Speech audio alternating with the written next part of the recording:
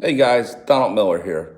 So we're going to go over the beginning steps of a knob and tube problem.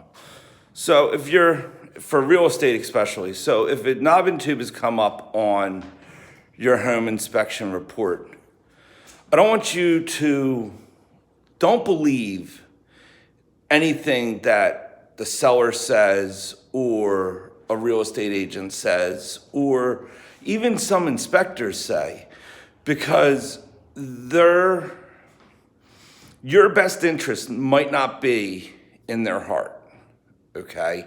And a lot of times they're relaying information that was said to them and it's not always factual. So they might actually mean well, but they're giving misinformation, okay? So you have to, if knob and tube has been found on your inspection report, there's a couple ways that it comes up. Ungrounded outlets or receptacles. So knob and tube doesn't have a ground. So if it comes up on your home inspection report that the house has ungrounded receptacles, you should then look at the time period that the house was built. If the house was built before 1935, it's most likely knob and tube. If the house was built between 35 and 50, it's a different style of wire, okay? And the conductor is actually wrapped in rubber. And towards the 50s, it actually could have a ground on it, okay? So again, knob and tube was primarily installed before 35, okay? So if you have a home built before 1935, those ungrounded receptacles are knob and tube. Number two, don't trust when people say that it's been removed. Knob and tube is extremely difficult to remove, and most likely they would have invoices or remediation letters stating that they removed it on purpose to be removed, okay? They don't remove it during renovation work. Unless they rip all the walls down and expose everything, then I could see that it would be removed. But in order for knob and tube to work, the entire system has to remain energized. So within the walls, even if you had your kitchen renovated or an addition put on, the blueprint of the original structure of the home, okay, the original footprint, that grid system is still active. The knob and tube system is still active within that house. So it can't partially be removed. They can add electric, which is often done, and that's usually what happens is that they add outlets or they add lighting, but the original grid system is still in the home. So that's what people, they don't often understand what they're saying, all right? So clear that up. So on the inspection report, if there's ungrounded outlets or if they see knob and tube in the attic or in the basement, it's not just in the attic or in the basement, okay? It's running through the house, and the only areas that it's exposed to be visible is in the attic or in the basement.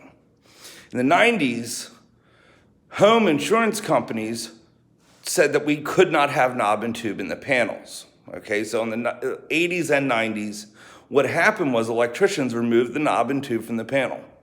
Then it was sight unseen. So 90s and early 2000, electricians were hiding it in the basement so it wasn't visible to home insurance companies.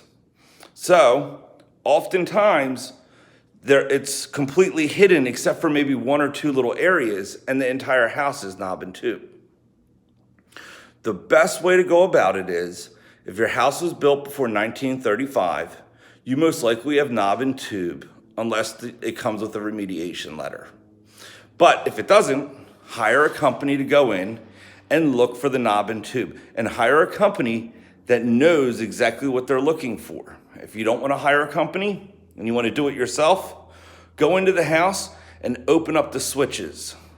Lighting is the most difficult area of knob and tube to rewire. So if the house has knob and tube, it's going to be in the switches. So you take the switch plate off, get a flashlight, and look in. If you see cloth wire, that's knob and tube.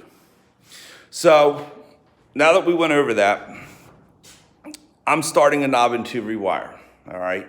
and I want you to see what you would like to get. This is our white glove, okay? Meaning this is all the precautions, the rewire, all the plaster patching, a very nice rewire. This is what the ideal situation, if you have to get a rewire, this is what you would want. All right, you have floor protection.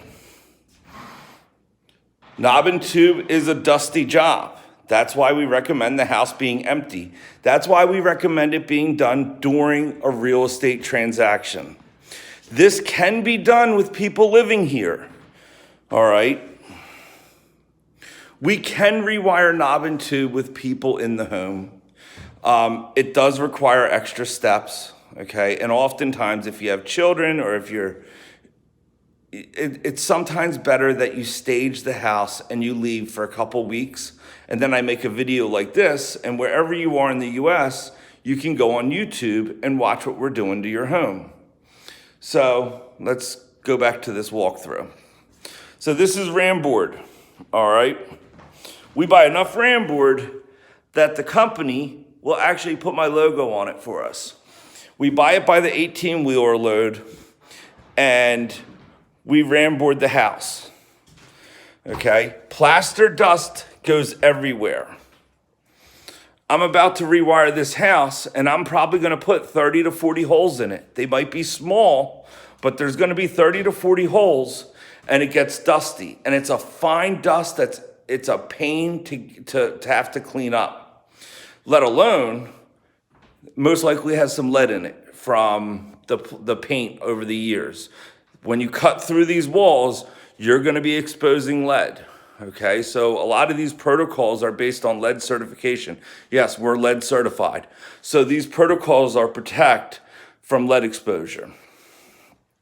So all the way down into the bathrooms, and this is all hardwood floors. For carpeting, which is coming up here now, here's our carpeting. Nicely protected. All right, this is it's like a plastic, okay? If lead, not saying that there is lead, but if lead comes in contact with carpet, it cannot get pulled out. You have to remove the carpeting. So again, these are all safety protocols. All these window treatments will have to come down, and we'll put up like opaque plastic for privacy. But we're gonna protect the entire house. All right, oh, here we go. Now this house only had knob and tube in 2 areas. There was 2 small areas, and that's that cloth wire I'm talking about. All right. There was 2 small areas in this house that they found knob and tube. So when we came in here and inspected it, we found it everywhere. But it was all hidden behind the switch plates and the electrical plates, and a home inspector doesn't usually open them up. All right, they usually go around with the testing equipment, and that reminds me. So what these guys did to try to fool the inspector, which is highly illegal, but it does happen a lot.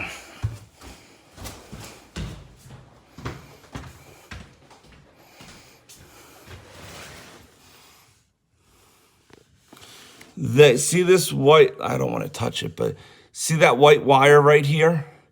That white wire goes to the ground screw and then goes over to this silver terminal.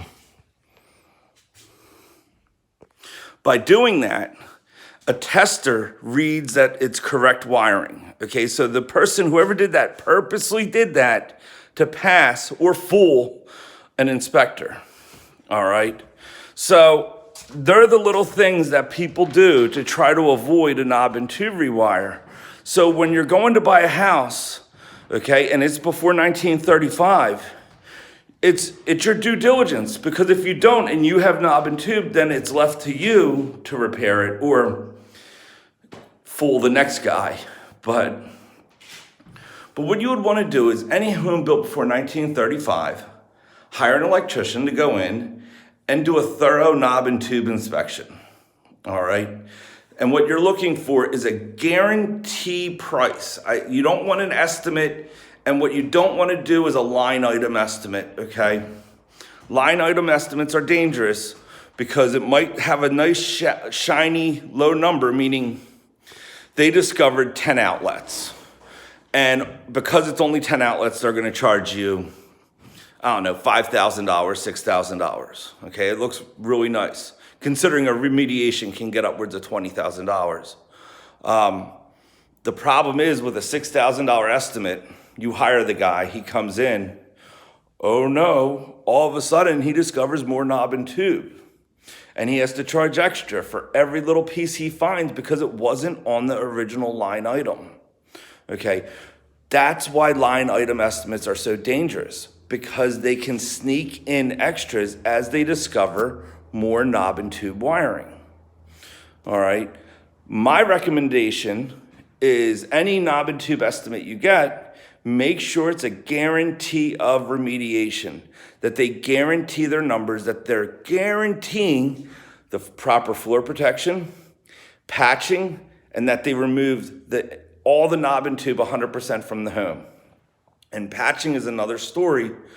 Get detailed. You want to know what type of patching they're doing.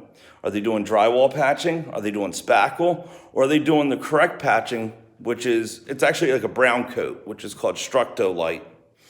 And they put a brown coat on, then a top coat.